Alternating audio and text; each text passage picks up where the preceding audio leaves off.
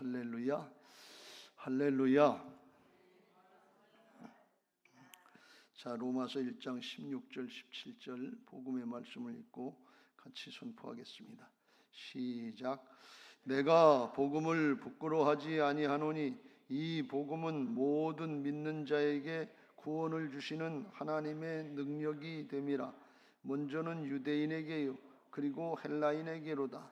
복음에는 하나님의 의가 나타나서 믿음으로 믿음에 이르게 하나니 기록된 바 오직 의인은 믿음으로 말미암아 살리라 함과 같으니라. 아멘. 선포하겠습니다. 복음은 하나님의 능력이다. 복음은 하나님의 능력이다. 복음에는 하나님의 의가 나타난다. 복음에는 하나님의 의가 나타난다. 복음이면 다 된다. 복음이면 다 된다. 복음으로 모든 문제의 근원이 되는 죄악의 문제를 싹 다 해결시켜 주셨다. 복음으로 모든 문제의 근원이 되는 죄악의 문제를 싹 다 해결시켜 주셨다. 복음은 부활신앙으로 누린다. 복음은 부활신앙으로 누린다. 부활신앙은 하나님의 주권을 인정하고 따르는 것이다. 부활신앙은 하나님의 주권을 인정하고 따르는 것이다. 오직 의인은 믿음으로 산다. 오직 의인은 믿음으로 산다. 믿음은 하나님의 은혜를 누리는 것이다. 믿음은 하나님의 은혜를 누리는 것이다. 할렐루야. 그렇습니다. 주님이 부활하셔서 우리 안에 오셔서 떠나지도 아니하시고 버리지도 아니하시고 모든 경우에 영광스러운 소망이 되는 줄로 믿습니다. 문제를 바라보지 말고 주님을 바라보면 영광스러운 소망을 하나님이 주실 줄로 믿습니다. 할렐루야. 오늘 사무엘상 4장 말씀을 같이 좀 보았습니다. 사무엘상 4장 1절 위에 보면 언약궤를 빼앗기다 그랬습니다. 언약궤를 빼앗기는 세대의 모습이다, 그렇게 볼 수 있습니다. 언약궤를 빼앗겼다는 것은 오늘날로 이야기하면 말씀을 뺏겼다, 그렇게 말씀드릴 수. 신앙하면서 말씀을 빼앗기면 결국 하나님을 뺏기는 거나 마찬가지인데 뺏길 수 없는 걸 빼앗겼다, 그런 말씀이에요. 그러니까 거기서 승리가 있는 것이 아니라 패배가 있을 뿐이다 하는 것을 알 수 있습니다. 말씀을 뺏기지 말고 말씀 꼭 붙잡으시길 주의 이름으로 축복합니다. 하나님 뺏기지 말고 하나님을 꼭 붙잡으시길 주의 이름으로 축원합니다. 어떻게 하나님을 뺏길 수 있나? 어떻게 말씀을 뺏길 수 있나? 그렇잖아요. 근데 그 시대가 어느 시대인가 하면 엘리 제사장 시대인데, 엘리는 마지막 사사라고 할 수도 있고 그 다음에 사무엘이 좀 있었습니다만, 그때 사사시대 말이 있는데, 사사시대 사람들의 신앙의 특징을 사사기서 맨 마지막 절, 사사기서 21장인가요?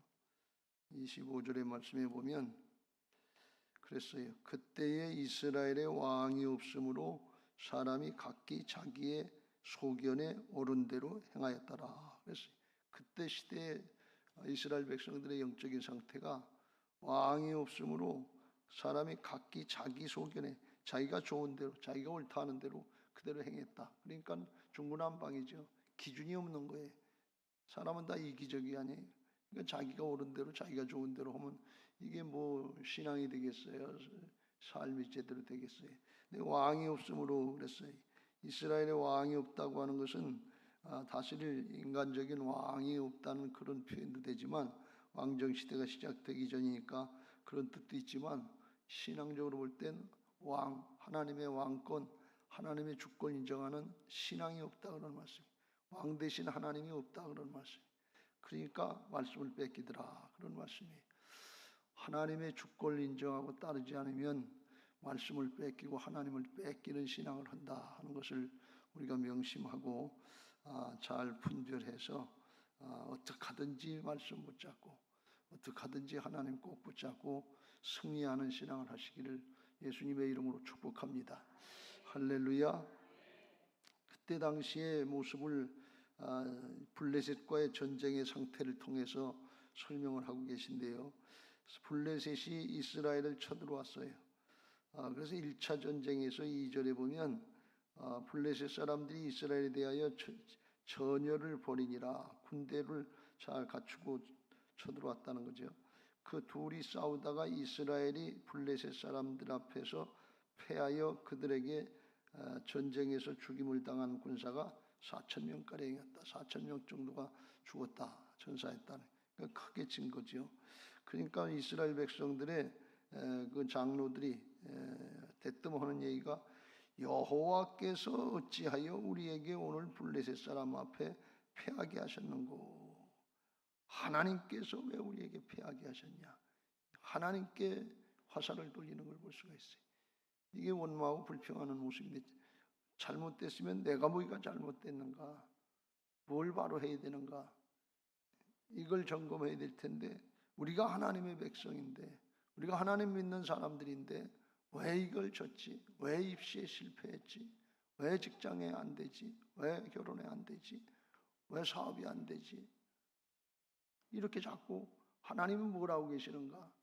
하나님 백성들, 하나님의 자녀들 축복하시지 않고 뭐 하시는가? 이렇게 생각하는 거나 똑같다. 그런 말씀이. 그러면서 대뜸 생각하기를, 그들이 궁리하는데 생각난 게 뭔가 하면, 여호와의 언약궤를 실로에서 우리에게로 가져다가 우리 중에 있게 하여 그것으로 우리를 우리 원수들의 손에서 구원하게 하자 그랬어요. 가만히 생각해 보니까 하나님의 임재를 상징하는, 하나님이 함께 하신다는 하나님의 법궤, 이걸 안 가져와서 전쟁에 졌구나. 그걸 갖다가 전쟁터에다 갖다 놓고서 언약궤로 하여금 그것으로 우리를 우리 원수들의 손에서 구원하게 하자. 이게 표현이 보면은 그것으로, 언약궤 자체가 능력 있는 것으로 그렇게 생각합니다. 이게 잘못된 거지요. 언약궤가 중요한 것이 아니라 언약궤 그 말씀을 통해서 역사하시는 하나님이 중요한 거지요. 근데 이거는 그것으로 우리를 원수들의 손에서 구원하게 하자. 아주 굉장히 교만한 거죠. 하나님으로 구원하게 하자, 그런 말씀. 하나님을 부리는 신앙을 하는 거예요, 지금.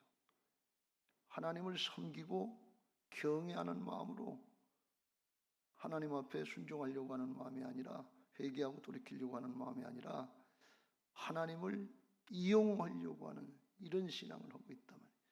문제 해결을 위해서 하나님이 필요하다, 그런 말씀. 그런데 자기들이 하나님을 섬기고 하나님을 경외하는가 하면 그렇지는 않다, 그런 말씀. 그러니까 그거는 생각을 안 하고 하나님을 임재를 상징하는 언약궤가 없어서 그렇다 그러고, 언약궤를 갖다 놓으면 언약궤를 통해서 하나님이 우리를 구해주지 않겠냐. 그런데 하나님의 마음하고는 다른 거예요.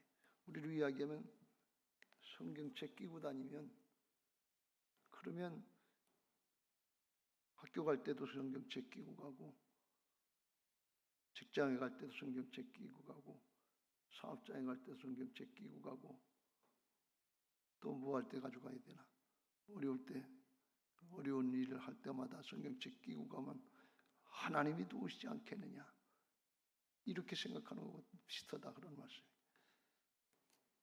그런데 그렇게 하니까 이스라엘 백성들이 그 사실을, 이제 언약궤를 엘리 제사장의 아들인 두 아들 홈니와 비나스를 통해서 가지고 오니까, 실로에서 가져오니까 5절, 여호와의 언약궤가 진영에 들어올 때에 온 이스라엘이 큰 소리로 외치매 땅이 울린지라. 블레셋 사람이 그 외치는 소리를 듣고 이르되 히브리 진영에서 큰 소리로 외치면 어찌 됨이냐 하다가 여호와의 궤가 진영에 들어온 줄을 깨달은지라 그랬어요. 그러니까 언약궤를 가져왔다니까 온 백성들이 다 좋아서 그냥 고함을 질렀단 말이에요. 야, 이젠 됐단 말이지, 그런 모습이었어요. 그러니까 이스라엘 백성들, 온 백성들의 신앙의 영적인 상태가 다 그랬다는 거예요. 그런데 자기들은 자기들 마음대로, 자기 속엔 좋은 대로 그렇게 행하면서 법궤를 가져왔으니까, 성경책을 가져왔으니까 되겠지 하고서 좋아서 소리를 쳤단 말이지. 그 블레셋 사람들이 깜짝 놀래가지고 이게 도대체 어떤 일이냐 말이지.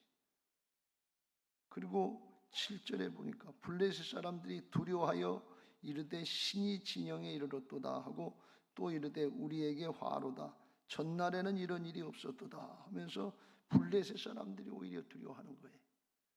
진짜 하나님의 오신 줄 알고. 그러면서 8절에 왜 그러냐, 우리에게 화로다. 블레셋 사람들 입장에서 하나님이 왔으니까 누가 우리를 이 능한 신들의 손에서 건지리요. 그들은 광야에서 여러 가지 재앙으로 애굽인을 친 신들이라 그랬어요. 그 하나님에 대해서 블레셋 사람들이 잘 알고 그 하나님을 오히려 두려워하는 거예요. 출애굽시키시고 바로를 물리치고 대적들을 물리치는 그 하나님이 함께 하시면 우리가 어떻게 이기겠냐. 근데 이스라엘 백성들은 그건 생각은 없어요. 하나님에 대한 생각, 하나님에 대한 관심은 없고 그냥 여호와의 법궤 왔다는 그 자체, 그걸 가지고서 좋아하는 거예요. 블레셋 사람들이 큰일 났다고 그러고서 9절 마지막 부분에 보면 이제 우리가 잘못하면 저희들에게 종이 될 테니까 대장부같이 되어서 싸우라. 대장부처럼 싸워라. 목숨 걸고 싸워라. 그런 말씀이.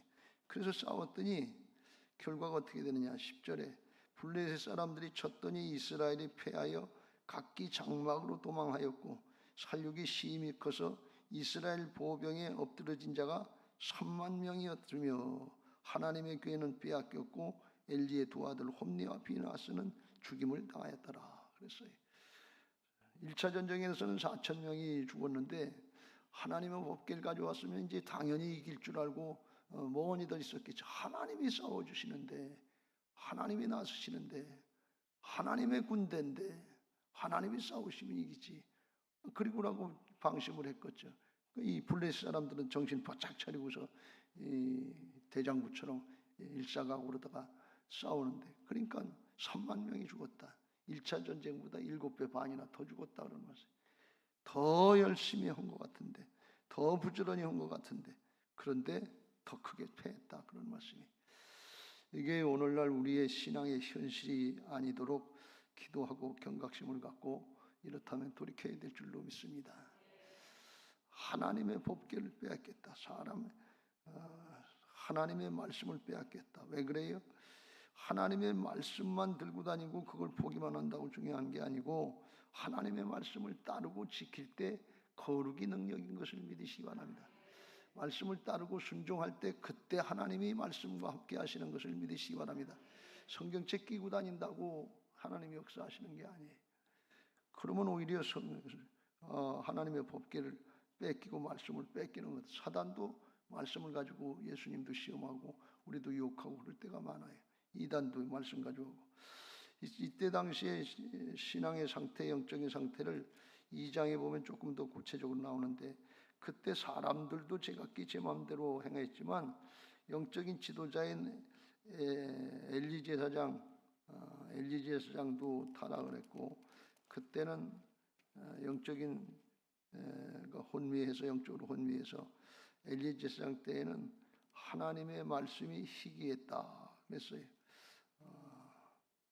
그런 상태였고, 엘리 제사장의 두 아들 홈니와 비나스는 하나님 앞에 제물을 드리면 제사를 드리고 나서 제사장 몫을 갖다가 고기를 먹을 수 있는데, 제사 드리기 전에 먼저 제사장 몫이라고 그러면서 아무거나 갈고리 갖다 종을 시켜가지고 억지로 뺏어다가 그걸 먼저 먹는 그런 모습이었어요.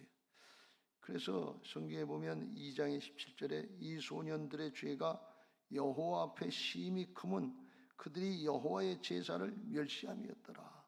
하나님께 드려야 될 건데 그걸 뺏어가지고 자기가 먼저 먹고 하나님 앞 제사를 멸시했다. 예배를 경시했다. 그런 말씀이에요. 여러분, 하나님께 드려야 되는 것을 자식들에게 주지 않게 되시길 주의 이름으로 축복합니다. 예배를 경시하면 안 돼요. 예배를 하나님 앞에 드리는 가장 우리의 섬김의 가장 큰 섬김인데, 첫 번째 섬김인데, 예배를 경시하지 않게 되시길 주의 이름으로 축원합니다. 그러면 하나님을 뺏기고 예배를 뺏기면 뭘 뺏겨요? 말씀을 뺏기는 거죠. 말씀을 뺏기게 되는 경우가 있다. 그런 말씀이. 그런가 하면 이 홈니와 비누아스가 2장 22절에 보면 회막에서 그 성소에서 수종들은 여인들과 동침하였다 그랬어요. 그러니까 음란했다 그러면 음행죄를 범하기도 하고 그랬어요. 그 소식이 이제 엘리 제사장에게 들려왔어요. 근데 그걸 나이가 많고 또 그러니까 아들들이 강팍하니까 얘기를 해도 잘 듣지를 않는 거예요. 내 아들들아 그러하지 말라. 내게 들리는 소문이 좋지 아니하니라. 너희가 여호와의 백성으로 범죄하게 하는도다 하는 그런 정도만 했지 책망을 해서 그걸 어떻게 하든지 끊어내야 될 텐데 그걸 하지 않았다는 거예요. 그게 자식 사랑인지 어쩐지 모르지만 그걸 하지 않았다는 거예요. 여러분 끊을 건 끊고 버릴 건 버려야 될 줄로 믿습니다. 그걸 끊을 건 하나님 앞에 죄악을 끊지 못하면 죄악이 자식을 잡아먹잖아요. 죄악이 우리를 잡아먹는다 말이에요. 죄의 종로로 타는 고범죄가 될 줄로 믿습니다. 3장 13절에 그랬어요. 하나님이 사무엘 선지자 어린 사무엘에게 응답하실 때 내가 그의 집을 영원토록 심판하겠다고 그에게 말한 것은 그가 아는 죄악 때문이니 이는 그가 자기의 아들들이 저주를 자청하되 금하지 아니하였음이라. 저주를 자청하고 범죄하는데 그걸 금하지 않았다는 거예요. 저도 목사로서 이런 모습을 보면 정말 겁이 날 정도의 하나님 앞에 자녀들, 우리 가족들, 성도들 이거 잘 관리해야 되는 거예요. 저주를 자청하는 것 같은 신앙을 하는데 그냥 좋은 게 좋다고 그냥 부담되니까 듣기 싫어하니까 안 하면 큰일 난단 말이죠. 죽게 놔두는 거니까. 그것 때문에 나중에 홈리와 비느하스도 법궤를 뺏길 때 같이 죽었고 그리고 엘리 제사장도 죽었고 그 며느리 비느하스의 아내도 자식을 낳다 죽었고 그래서 어떻게 되냐. 하나님의 영광이 이스라엘에서 떠났다. 아주 나라도 그렇고 개인도 그렇고 교회도 그렇고 아주 크게 어려움을 당하는 그런 모습을 볼 수가 있습니다. 우리가 이를 명심하고 이때가 어느 때인가 하는 걸 잘 분별해서 이렇게 되지 않도록 힘써야 될 줄로 믿습니다. 우리 한 사람 한 사람은 하나님 앞에 왕같은 제사장들이다 그랬어요. 이 시대에 사사시대에 이렇게 어렵고 힘들었는데 하는 걸 가만히 보면 오늘날 마지막 때는 이거보다 더하면 더했지 더러지는 않을 거다 그런 생각이 들어요. 하나님의 말씀을 빼앗기고 하나님의 법궤를 빼앗기고 그런데도 느낌도 감각도 없이 그냥 지나가잖아요. 예배를 뺏기고 예배를 뺏기는 게 아니라 예배를 그냥 경시하고 방치하고 그냥 예배 자리에서 떠나려 모이기를 피하는 사람들이 많다고 그랬으니까 그런 현상들인데 이때를 잘 경계해야 될 줄로 믿습니다. 그러면 어떻게 되냐? 하나님이 떠나시고 하나님의 영광이 떠난다 그런 말씀이 하나님의 역사를 볼 수 없는 것입니다. 우리는 그래서 어떻게 하든지 먹든지 마시든지 뭘 하든지 하나님의 영광을 위해서 행해야 될 줄로 믿습니다. 하나님을 위하는 게 힘들고 어려운 것 같고 손해보는 것처럼 이렇게 우리의 육신의 생각으로 생각될 때가 많아요. 예배하고 기도하고 헌신하고 봉사하려면 시간 들여야 되죠. 물질 들여야 되죠. 힘들어야 되죠. 그러니까 이게 당장은 손해보는 것 같아요. 근데 나중에 큰 승패를 신앙의 승패, 인생의 승패를 놓고 볼 때에는 그게 승리하는 비결인 것을 믿으시 바랍니다. 왜요? 하나님이 일하셔야 승리하죠. 전쟁은 하나님께 속한 것인지 하나님이 일하시도록 우리가 순종을 하고 말씀을 따르고 하나님의 영광을 위해서 행하려고 해야 하나님이 마음껏 일하실 거 아니에요. 그래야 승리하지요. 하나님이 일을 못하시도록 해놓고서 이 승리를 안 주신다고 그러고 성공을 안 주신다고 그러고 뭐 그렇게 원망하고 불평해봐야 그게 자기가 막아놓고서 그게 되냐 그러네. 근데 우리가 이걸 모르고 신앙한단 말이죠. 이거 잘 분별할 수 있게 되시길 주님의 이름으로 축원합니다. 하나님은 입시에도 얼마든지 일하실 수 있고 하나님은 취직하는 데도 얼마든지 일할 수 있고 하나님은 가정에도 얼마든지 일하실 수 있고 사업이나 직장의 현장에서도 얼마든지 일하실 수 있는 분이신 것을 믿으시기 바랍니다. 일하실 수 있도록 장을 열어드리라고 말씀. 믿음으로 순종하고 말씀을 붙잡고 나가면, 말씀을 뺏기지 말고 나가면, 그러면 하나님께서 그 말씀대로 믿음대로 일하실 줄로 믿습니다. 여호와의 법궤만 갖다 놓는다고 자기는 순종하지 않고 죄짓고 하나님과의 관계는 막아놓고서 성경책만 끼고 다닌다고 형식적으로 신앙만 한다고 그렇다고 승리하는 게 아니다, 그런 말씀이. 하나님의 말씀을 따르고 순종하면서 경외하는 자세로 하나님을 하나님으로 대우해드리는 인격적인 신앙들을 하시길 주의 이름으로 축원합니다. 문제 해결을 위한 것처럼 이 홈리와 비느하스나 이스라엘 백성들처럼 하나님으로 우리를 구원하시게 하자, 하나님을 부려먹는 것 같은 신앙을 하는, 하나님을 이용하는 것 같은 신앙, 그런 신앙하지 말고 그건 하나님께 맡기고 우리가 해야 될 일은 하나님의 말씀을 따르고 순종하면, 그리하면 하나님께서 승리케 하실 줄로 믿습니다. 너희는 먼저 그의 나라와 그의 의를 구하라. 그리하면 이 모든 것을 너희에게 더하시리라 그랬어요. 가나안 땅 쳐들어갈 때도 좌우로 치우치지 말고 하나님의 말씀을 따라 지켜라. 그리하면 형통할 거다. 우리가 해야 될 일은 승리를 우리가 결정하는 게 아니에요. 그건 하나님께서 하실 일이고, 우리는 말씀대로 따르고 순종하고 하나님의 말씀대로 따르고 순종하는 믿음의 사람, 믿음의 그릇을 준비하면 하나님께서 거기다 채워주실 줄로 믿습니다. 절대로 말씀을 뺏기지 말고 우리 중심에서 하나님 뺏기지 마시길 주의 이름으로 축원합니다. 그 주님이 부활하시고 승리하셔서 우리 안에 오셔서 역사하십니다. 그 하나님 안 계신 것처럼 사사시대 사람처럼 자기 소견에 좋은 대로 그대로 행하지 말고 순간순간 우리는 그 하나님이 우리 안에 계시고 주인 되셨으니까 주님 어떻게 할까요? 여쭙고 그 말씀을 듣고 따르고 순종하려고 하면 주께서 말씀하시니까 말씀도 뺏기지 않고 붙잡게 되고 하나님도 뺏기지 않고 붙잡게 돼서 그 하나님의 말씀으로 역사하셔서 승리하게 하실 줄로 믿습니다. 우리 모두에게 이 은혜가 있게 되시길 주의 이름으로 축원합니다. 빌립보서 2장 13절 14절 너희 안에서 행하시는 이는 하나님이시니 자기의 기쁘신 뜻을 위하여 너희에게 소원을 두고 행하게 하시나니 모든 일을 원망과 시비가 없이 하라.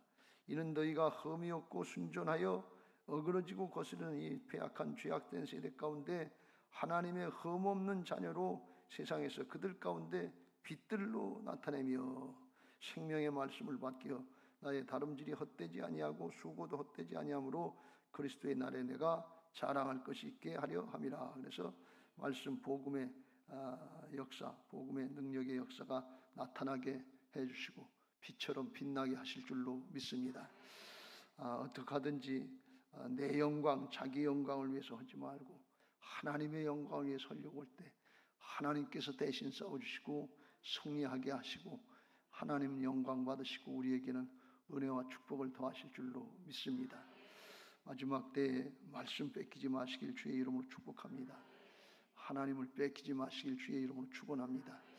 살아계신 하나님이 우리 안에 동행하고 계신 걸 믿고 어떻게 하든지 하나님께 여쭙고 말씀을 듣고 청종하려고 그러면 주께서 우리를 통해서 일하시고 하나님은 영광 받으시고 우리에게 하나님의 살아계신 역사를 나타내실 줄로 믿습니다. 이스라엘의 영광이 떠났다. 그러면 이거 큰일 아니에요. 여러분 이거 얼마나 무서운 말씀이에요. 대한민국의 하나님의 영광이 떠났다. 한국교회 하나님의 영광이 떠났다.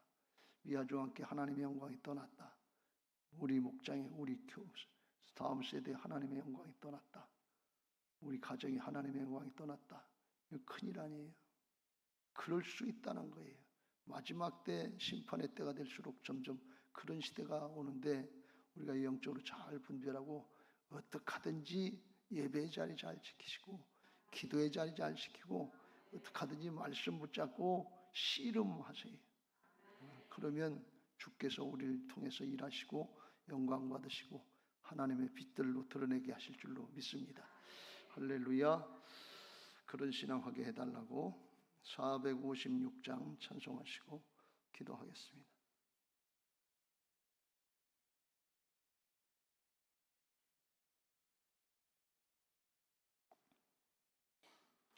거친 세상에서